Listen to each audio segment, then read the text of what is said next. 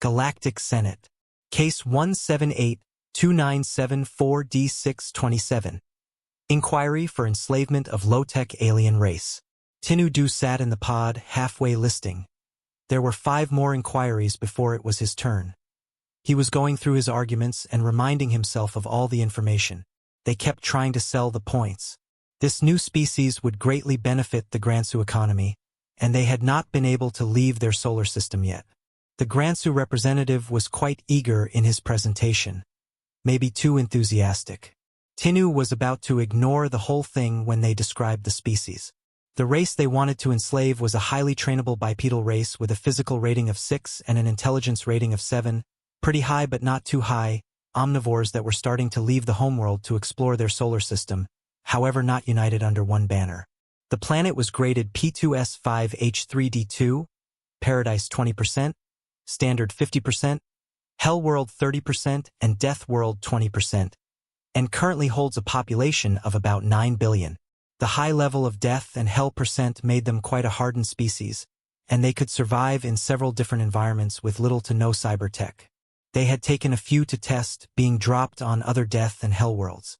They had survival rates of about 70% if given essential survival equipment, which put them among the most adaptable non-insectoid species.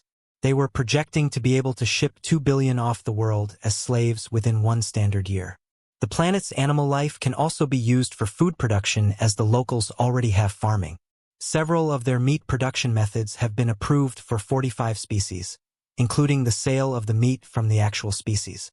Tinu looked at the Gransu representative and then at his guest. That sounds very familiar, Professor Juza Gruffa sighed as he looked at the pod. Unfortunately, it is. I just double-checked their info folder. It's Earth they are talking about, and from what they are promising, stopping them will be nearly impossible. They have too many in their pockets. However, they seem to have nothing on their culture or history beyond space technology and biology. They have very little on the weapons as well. Tinu stood up angrily and shouted, "No, that is bullshit." Nobody would generally notice such an outburst in the Grand Hall of the Galactic Senate. The place was too big. Except at that very moment the Gransu had opened the floor question, and the pod next to them, the Sankira Slavers Guild, had requested to speak. The red one-eyed alien with long red hair and dressed in a golden robe looked at him, surprised. "Do you know something that what he said is wrong, little one?" Juza looked at Tinu and gave him a slight smirk. "Don't mess this up." Tinu looked between them, then nodded and activated his speaker. "Yes. Invading that planet will cause a revolt among your constituents and customers. Interfering with that planet and its inhabitants might be one of the stupidest things the Senate can do. The impact will be extremely negative, and the blame will be laid on your feet." The president, a small green man with large pointed ears, leaned over his small desk and called the pod up to the center of the vast room next to the Gransu representative. He looked at the gray-skinned Gransu, then back to the president. "Yes, Your Honor, it will lead to a voter revolt. These bipods, or humans as they call themselves, call their planet Earth and have contributed to the galaxy's peace and unification for over 100 cycles through many different means." "That's ridiculous," the Gransu representative scoffed. "They don't have the capability to send even simple transmissions into deep space. Nobody has received any transmissions from them. We know as we almost missed them when looking for them." "That might be true, but I have been studying them for the last 500 years through the Galactic Early Civilization Fund that Professor Gruffa founded.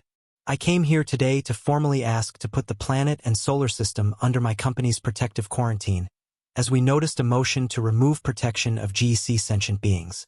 The president nodded to Professor Gruffa. "Is this true, Professor?" The professor stood up and spread his large white wings.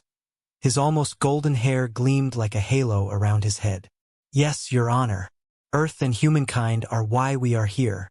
My dear friend, Tinu owns Gaia Limited, the galaxy's biggest entertainment and think tank. I think you all should listen to him." The Gransu looked at Tinu respectfully as he realized who he was, as hushed murmurs could be heard like waves among the crowd. The president then indicated that Tinu should continue. "If you insist, my friend. Please continue to tell us why we should place them under protective quarantine. As these two matters seem to contradict each other directly, Tinu took a deep breath. It was not the path he wanted to take, but he nodded to the professor and then looked at the Senate. How to explain this? Well, I could send you several terabits of research we have about their culture, or I can show it much simpler. Then he slammed his hand twice on the rail of the pod, followed by a clap. He repeated the procedure 2 times. When he slammed his hand for the third, many of the younger senators had joined in, and he could see some were mouthing the words. He smirked and stopped. They made it! There was confusion among the senators. Was that an Earth song? What about this one? I'm gonna make him an offer he can't refuse. Who among you haven't seen that crime lord? That movie is a remake of one of theirs called The Godfather. What about A Long Time Ago in a Galaxy Far, Far Away? Also, there's hell, we didn't even bother to remake that one. Luke, Han, and Leia are humans. That's what they look like. The room was quiet for a few seconds before erupted into a chaotic mess of shouts and questions. The president called for silence, so Tinu continued. Those are just some of the things we have bought from them. The Galactic Games is a copy of their Olympic Games, and for the last 50 cycles we have had peace following their sports program with no wars during the games. Stopped the Gorg-Woolard War. Hell, they ended up finishing the war with a game of soccer. By the way, it is a human word and sport. What about literature? The Dark Lord's Ring is originally called Lord of the Rings, or the works of Shahspar, the actual name of Shakespeare and Human. His work was among those we gathered personally. We actually had to go down to their planet as it was written pre-wireless media technology. Our agents risked their lives for that one. He looked at the representatives of the Wasu and smirked at the humanoid-looking warrior race with ridged skulls. A human might misunderstand them from a TV show. It was also the race who loved the works of Shakespeare the most. Not to mention our horror movies. Hell, our bite movies scared the Busha out of the water. There was some laughter as the Busha representative had to agree, and he was an aquatic species. Still, he hoped he would never meet such a crazy monster as the shark. Again, originally called Jaws. But why stop there? They have made you all laugh. The Green Sheriff? That's Blazing Saddles or Help the Pilot Died, called Airplane when they made it. And they invented stand-up comedy, and Please Insult Me.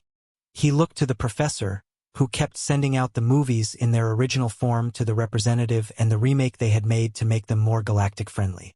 Now let's talk music. Who wants to tell your daughters they can forget new synth-pop songs? That's K-pop for them. Battle word, which they call rap, is also theirs.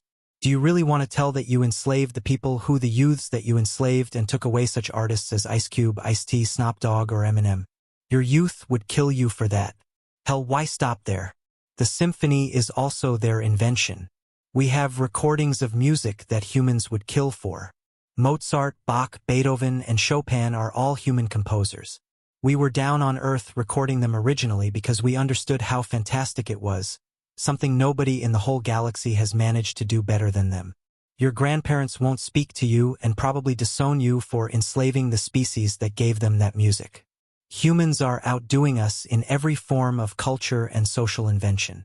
Speed dating? Them. Oh, let's not forget comic books, even the naughty ones. Yes, we know you all read them. But they also invented the superheroes. Who could develop a modern version of our old mythologies and make new stories? And they mix it all up in a way that works. Who among you wants to go home and tell your constituents and family that there won't be more high-quality entertainment from the Gaia Company? Because we will lose all of this if you invade them. The Gransu representative spoke up. Well, that won't stop just because we take over. We can even control their art better. After all, you had a few misses these last few years. Not everything you have produced has been great. Oh, that's the problem. Some new employers thought like that. So we gave them a budget and some trained agents. They sent down several of our agents to influence them, and those misses and flops you mention are from them. That's what's happening when we try to control them. They will be too eager to please, and because of that you can forget Mozart, Bach, and Elvis. You will end up with our crap. Let them evolve and we get an ending to One Piece that is actually good. We don't have their creativity or abilities. Besides, What do you think will happen when they meet the Sharsha? The crowd turned to look at the two Sharsha envoys, and then it hit them, and a burst of laughter could be heard throughout the crowd. At least they don't have acid blood, but the humans will freak out. He smirked as the Sharsha envoys took the joke with humor and even waved their tails a little. But back to your point, when we tried to influence them, we got horrible results. We started to influence the movie industry, specifically one large company. Our new employee wanted to make a new Star Wars movie. Damn, do we regret that one? We actually need help to remove the agent that we placed there. She refuses to return, blinded by her power among them. He took a deep breath.